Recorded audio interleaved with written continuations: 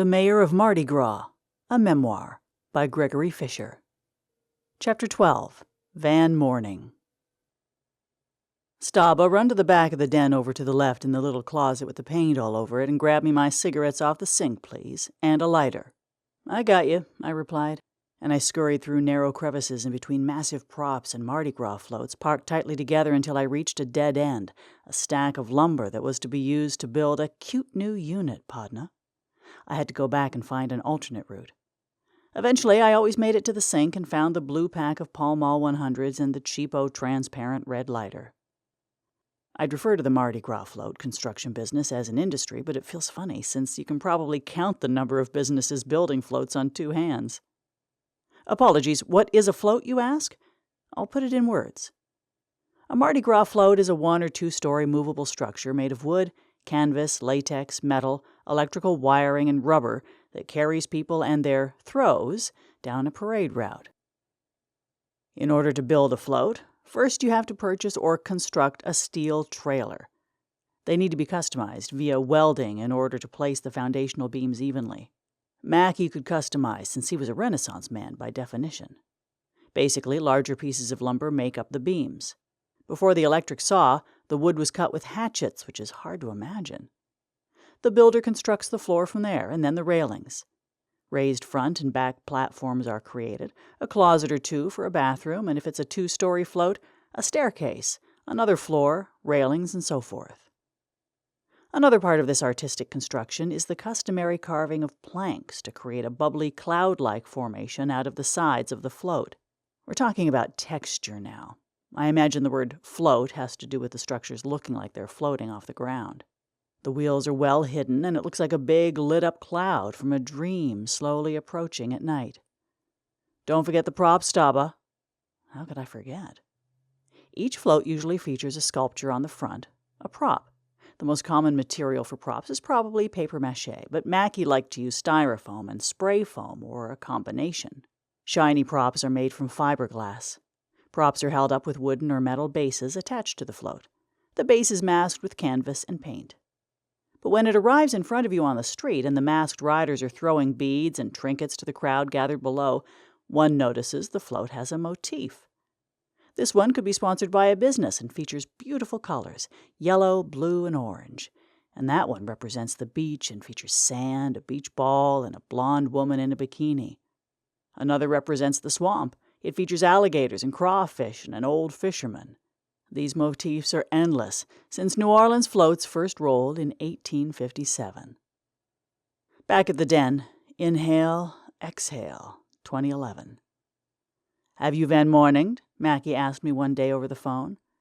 Moondance by Van Morrison was one of the only working CDs we had to listen to at the float den. Good thing it's a wonderful album. Not that I can listen to it or play it on the guitar anymore without crying. It's like my whole body seizes up, and the fabric of reality becomes like a thin, cracked pane of glass. Is the caravan on its way? Where are you? I've already Van Morninged 3 times.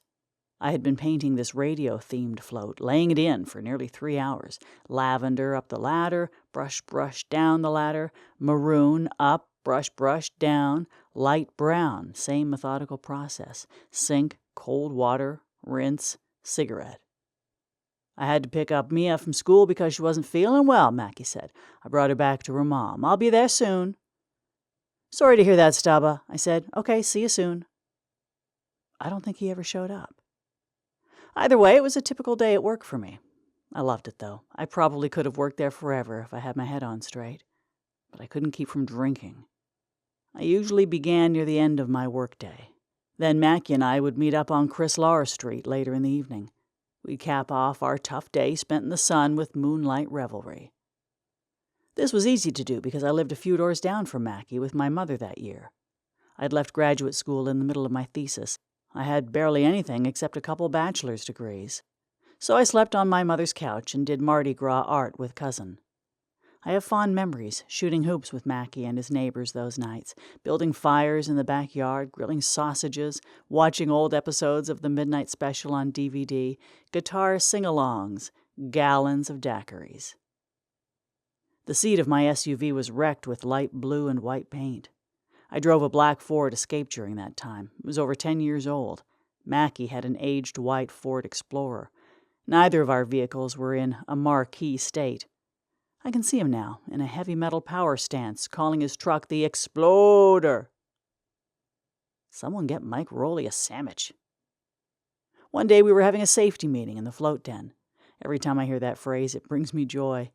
I think of longtime float contractor Mike Rowley, or artist and author of Carnaval Noir, René Pierre, who always declared the smoke break time with laughter. Pierre: "We need to have a little safety meeting, Podna." Mackie: "Oh, are you feeling unsafe?" Pierre and Mackie sometimes split float painting jobs down the middle. They kept up a competitive but loving spirit together. Both Pierre and Rowley have been around the Cantrell den since the days of Big Mac. Suddenly, a giant owl flew in the den from one of the massive entrance doors and passed overhead towards the back. "He's probably hunting for mice," Mackie told me. I shrugged. "Staba," Mackie said, "did I ever tell you about the time I found the mice on the float?"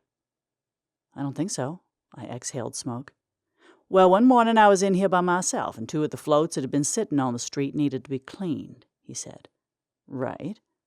"Right, they had to roll that day, so it's cold, and I'm finishing my McDonald's breakfast. Then I go to the upper deck of the float. Someone left an ice chest. It was tipped over. I go to grab it, and it's full of a litter of tiny mice.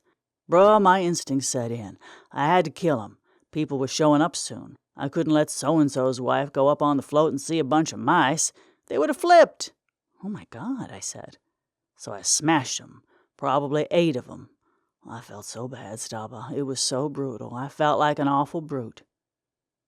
He was right. It was uncharacteristic of Mackie to hurt animals, and I felt bad for him to be put in that position. At the time, he had a Chihuahua named Max, a dachshund named Prissy, and a cat named Silvio the Slasher at home. Prissy died a few years back of old age. Max died in 2021 of old age just a few months before Mackie. Silvio, however, was fated to become an outside cat that bullied the neighborhood. He looked like Sylvester from the Looney Tunes. Silvio was an inside cat until he attacked Mackie's face violently one day while he was shaving. I can't help but laugh about it today. Silvio, the Slasher.